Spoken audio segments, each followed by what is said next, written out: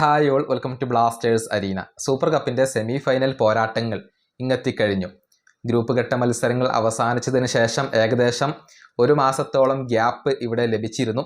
അതിനുശേഷമാണ് semi final മത്സരങ്ങൾ നടക്കുന്നത്.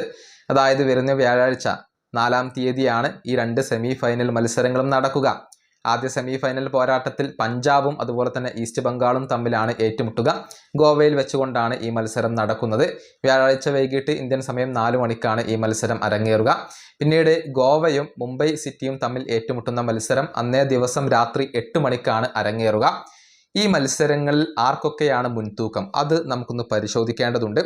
അതായത് ഈസ്റ്റ് ബംഗാളിൻ്റെ കാര്യത്തിലേക്ക് വരുമ്പോൾ 3 മത്സരങ്ങളിൽ ഒരെണ്ണത്തിൽ മാത്രമാണ് അവർ ഗ്രൂപ്പ് ഘട്ടത്തിൽ വിജയം സ്വന്തമാക്കിയിട്ടുള്ളത്. ഇനി പഞ്ചാബിൻ്റെ കാര്യത്തിലേക്ക് വരുമ്പോൾ കളിച്ച 3 മത്സരങ്ങളിലും അവർ വിജയിച്ചിട്ടുണ്ട്. ഒരു വിജയം പെനാൽറ്റി ഷൂട്ടൗട്ടിലൂടെയായിരുന്നു. രണ്ട് ടീമിൻ്റെയും ഹെഡ് ടു ഹെഡ് കണക്കുകൾ കൂടി പരിശോധിക്കാം.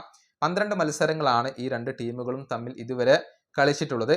അതിൽ 6 മത്സരങ്ങളിലും വിജയിക്കാൻ ഈസ്റ്റ് ബംഗാളിന് കഴിഞ്ഞിട്ടുണ്ട്. പഞ്ചാബ് 2 മത്സരങ്ങളിൽ വിജയിച്ചപ്പോൾ 4 മത്സരങ്ങൾ സമനിലയിൽ കലാശിച്ചു. ഈസ്റ്റ് ബംഗാൾ 22 ഗോളുകൾ നേടിയപ്പോൾ 13 ഗോളുകളാണ് പഞ്ചാബ് സ്വന്തമാക്കിയിട്ടുള്ളത്. അതായത് ഈ കണക്കിൽ നമുക്ക് ഈസ്റ്റ് ബംഗാളിന് ഒരു മുൻതൂക്കം കാണാൻ കഴിയും എന്നുള്ളതാണ്. ഇനി രണ്ടാമത്തെ സെമി ഫൈനൽ പോരാട്ടത്തിന്റെ കാര്യത്തിലേക്ക് വരുമ്പോൾ മുംബൈ സിറ്റിയും ഗോവയും തമ്മിലാണ് ഏറ്റുമുട്ടുക. കേരള ബ്ലാസ്റ്റേഴ്സിനെ പരാജയപ്പെടുത്തിക്കൊണ്ടാണ് മുംബൈ സിറ്റി ഇപ്പോൾ കടന്നു വരുന്നത്. അതേസമയം ഗോവ ആദ്യത്തെ 2 മത്സരങ്ങളിലും വിജയിച്ചുകൊണ്ട് നേരത്തെ തന്നെ സെമി ഫൈനൽ യോഗ്യത ഉറപ്പാക്കിയിരുന്നു.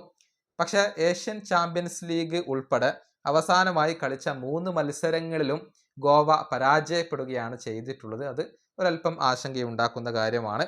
ഇനി ഈ രണ്ട് ടീമുകളും പരസ്പരം ഏറ്റുമുട്ടിയ കണക്കുകൾ കൂടി എടുത്തു നോക്കാം.